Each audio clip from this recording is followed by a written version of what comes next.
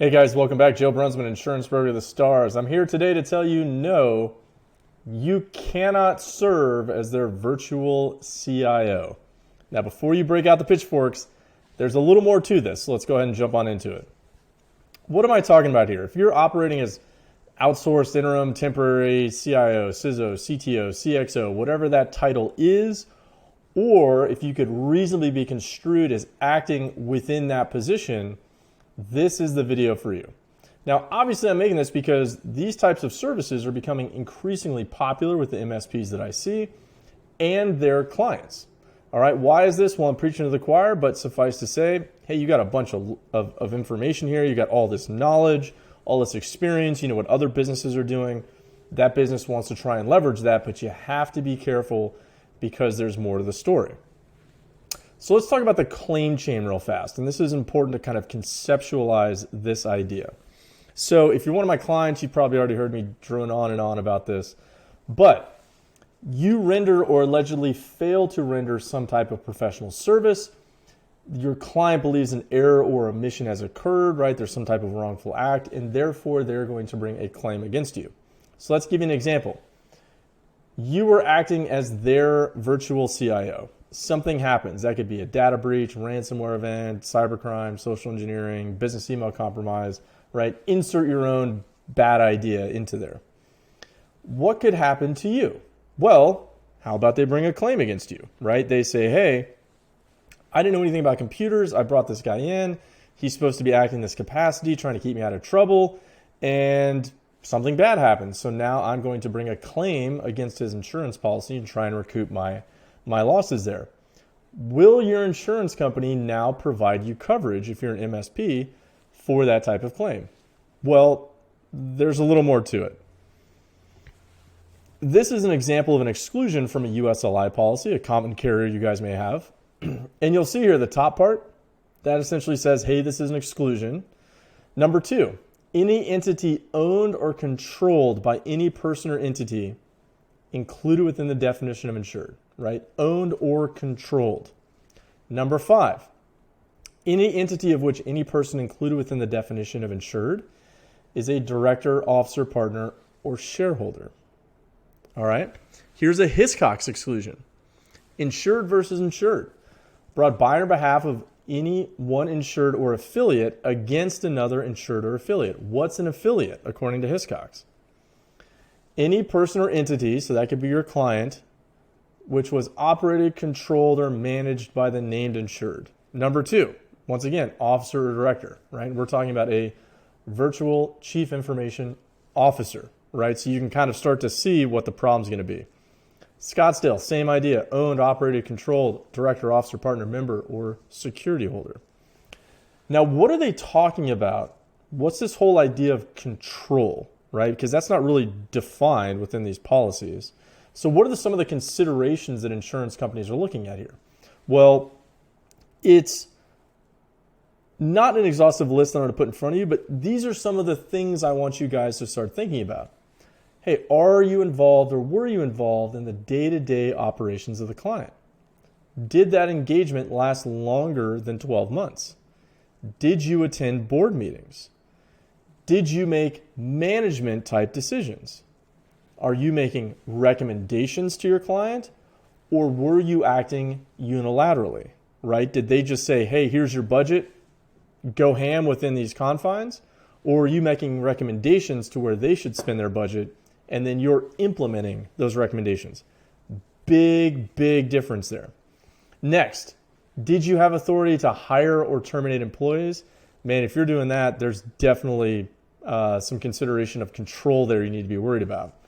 And just remember, if you fail to understand this concept, right, going back to our whole claim chain example, they bring a claim against you and your insurance company goes, hey man, you were controlling this entity.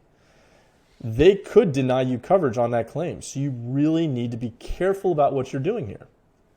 So maybe you're sitting there going, hey man, hey Joe, I'm just doing consulting. How does that fit into this whole process? Well, here's an example from USLI. Definition, I call it professional services. It depends on the insurance company. Here they deem it technology services. You'll see consulting. Hiscox, information technology or telecommunications, consulting. Scottsdale E-Risk, consulting, reviewing, analyzing, right? You see the trend here. So bringing these kind of two ideas together here, what do I want you guys to think about moving forward? What are some additional considerations for you? First of all, best practices, clearly define your services and your responsibilities. That's obviously within your MSA, but also your SLA. So you need to not only say, hey, this is what I'm responsible for, these are the services I'm rendering. You also need to be very clear about the things you are not going to be doing. And sometimes that's even more important than everything else, right? Be very clear. Now that you kind of know the bounds that you can operate in, be very clear about your services, your responsibilities, and things that you are ultimately not going to be doing. So maybe putting something akin to in your MSA or SLA, if opportunities for improvement are noted or weaknesses are identified, right? So that seems reasonable. These will be discussed with management. We will assist with the implementation of proposed changes as directed by management in writing. All right, so you're just bringing up ideas. Ultimately, you're saying, hey, management, you are the ones that have to give the yay or nay on this. That's not what I'm here for. When you give that yay or nay, I will implement those proposed changes as you've directed me to do in writing. Now, kind of just a quick aside here. If you're going to be providing these services, one of the keys is always put everything in writing. Okay, that's going to be crucial to your defense. So when you're saying, hey, these are the changes that I'm proposing, make sure that's in writing. Now you have a trail there, right? Next, it's not just that, hey, management goes, yeah, okay, go ahead and do that, right? It's not a verbal. It's, hey, I appreciate that. Can you please send me an email just to make sure that we have this in writing and I'm not, misconstruing or I won't misunderstand what we're talking about here, okay? Very reasonable to do that. Next, you need to be really wary of engagement creep. And this is a constant problem. Anybody who's doing any sort of outsourced services, virtual anything, engagement creep is going to get you in two ways.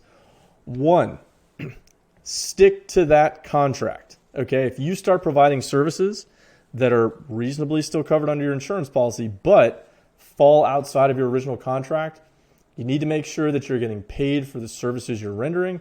You need to make sure that that's in the contract or you could have problems if a claim arises. Next, it's very easy, right? If you, let's say you have a senior staff member who's acting as a vCIO and they're at a client, what are they trying to do? They're trying to keep that client happy, all right? So it's very easy for them to kind of fall into this area where their client goes, hey, you're the computer guru guy. That's why I have you here. I'm here to run the organization in its entirety. All right, so maybe it's a law firm or it's an accounting firm or maybe it's a manufacturer, right? Hey, let me do that. Here's your budget, computer guy. Just operate within those bounds, right? I trust you. You've been here for maybe 6 months. You know what you're doing. I don't really understand this anyways.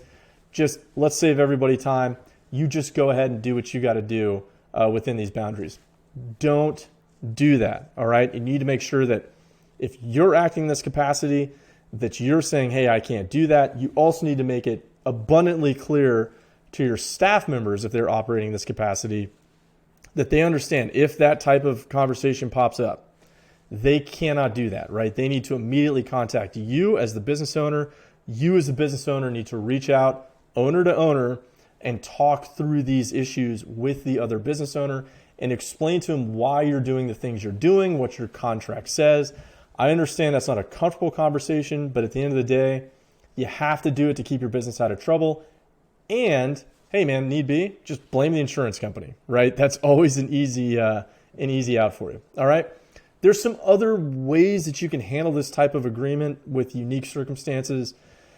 That would be like hold harmless indemnification agreements.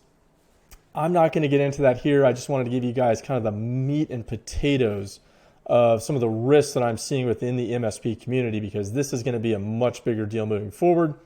Next, understand your own insurance policy. I can't talk about every type of insurance policy, every jurisdiction, not only within the US, but across the whole world. There's too many unique circumstances. So make sure you're reading your own insurance policy. And next, hey, if you're in doubt, seek out competent legal counsel, right? They should be able to opine on this for you in greater detail, in particular with their unique circumstances, to try and keep you out of trouble. All right, with that, man, it was almost just under 10 minutes. Hey, if you found this useful, do what every YouTube guy tells you to do: like, share, comment, subscribe. But more importantly, please share this video with your peers. All right, this is not common knowledge in the MSP community. And like I said before, man, this is going to get you guys in trouble, and increasingly so in the months and years to come. So make sure you're keeping your buddies in the industry out of trouble as well. With that, stay safe.